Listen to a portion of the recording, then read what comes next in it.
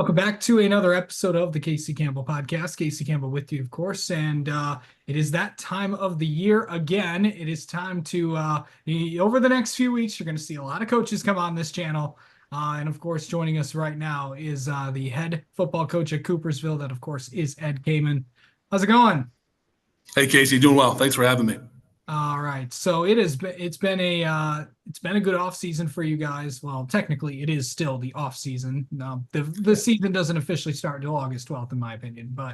Um but how exciting is it to what have you seen over the summer and really just going into, the next few weeks, getting ready for the 12th, and then of course really the 29th, that first game. Yeah, just really excited. Our kids have been working really hard ever since last season, ended just in the weight room and with our speed and agility work and all those things. So all the work that the kids put in is just working toward that, start of your season. So the kids are definitely excited. We've had a good summer, seen some good competition, and just trying to get a little bit better every day. Yeah. All right. Well, before we get into your team, we got to obviously let's address the big elephant in the room. Uh, Schedule's going to look a lot different this year. I don't know if you know Yeah. that. Oh yeah. Of course, Coopersville is in the River Cities Alliance along with six other teams. So, just how exciting is it to be in a new league, and really just going in because no one really knows what to expect. Yeah, I think it's going to be fun in a lot of ways. Number one, I think it's just going to be awesome to have a lot of different opportunities for our kids. It's a positive thing in that way, not just in football, but all sports and other things too. But I do think that just playing some different people is going to be fun too. You've got your schedule, your people you've normally played over the years. It's going to be a little bit different this year. There'll be some teams that we haven't played previously and that I haven't coached against and things like that. So that part will be sort of fun, kind of a different schedule. It also creates a little bit of a challenge trying to figure out what's their personnel like and what kind of teams they have and those things. But overall, it's going to be a really great thing. We're excited about what's ahead for the River City Alliance. Yeah. So let's go into your team and talk about the returners coming back and what can we expect from the Broncos this year?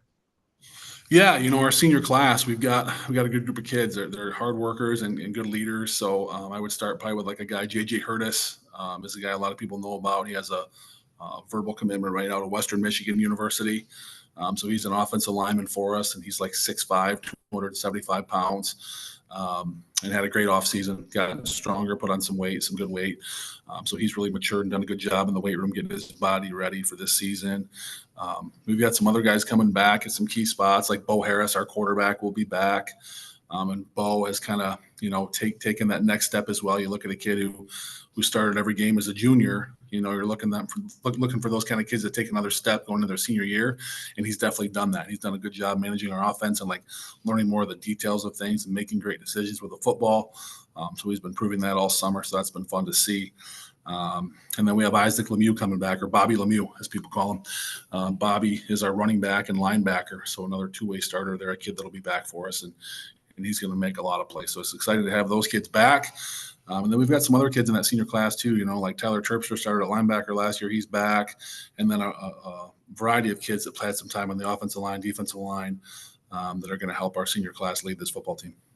Okay, so really going kind of by position group, what one really excites you? The skill guys, the linemen, the secondary linebackers, where are we at?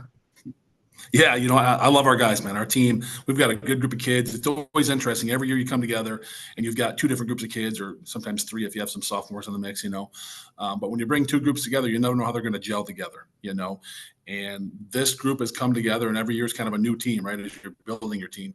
And these guys have really meshed well. They're hanging out a lot together. We've got good team chemistry that way, so I feel good about that. But as far as position groups go, man, we love the O-line. Man, we love our guys up front. We feel good about our big guys. Maybe not quite as big as last year. We had some big guys graduate, obviously, but we've got some kids up front that have been working really hard. And we have some smart kids up front that help us do a lot of different things. So we're excited about them. And then defensively, our linebackers, those are two starters that are coming back. So that's exciting. And then we'll just have to have some young guys step up in some different spots to help us be successful. Yeah. Okay. Also, the schedule. It's going to look a little different, but you have some familiar opponents. I'll just go through it really quick. August 29th, of course, you're home against Otsego. September 6th, home against West Catholic. September 13th at Lowell. September 20th at Sparta.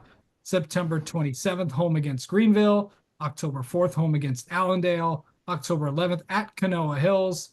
October 18th at Big Rapids, and finishing out the regular season October 25th, home against Cedar Springs. So that's what the new league schedule is going to look like. I know we talked about it a little earlier. And of course, also a very, very familiar opponent returns to the schedule, even though you did move conferences. Of course, I'm talking about West Catholic.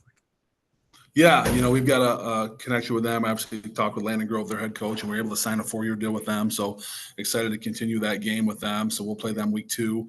Otsego's got some really good things going. They've done a good job with that program of getting more kids out, and that program's really kind of on the rise. I feel like we got a new coach there this year, and Coach McDougal kind of passed that on to the next coach, and those guys are doing good things down there. So they're going to have all of our attention that first week for that first game, but then we're going to be tested early. I mean, you've got Otsego, you've got obviously West Catholic week 2, and then we get into Lowell week 3. We've got to be ready to go and just focus on getting better every single day and preparing to have our best when our best is needed. I know obviously know that this is really, I think, the biggest story heading into, high school football, obviously with this, I can't remember a big seismic division change since the KLAA got realigned. Sure. So how have the kids how are the kids excited about that? How'd you, cause they get to go up against teams that they've never played before. Yeah, I think there's a lot of excitement. I think obviously there's been a lot of talk and publicity out there about the new conference and those things, but our kids are just excited about going to play. They've been working so hard.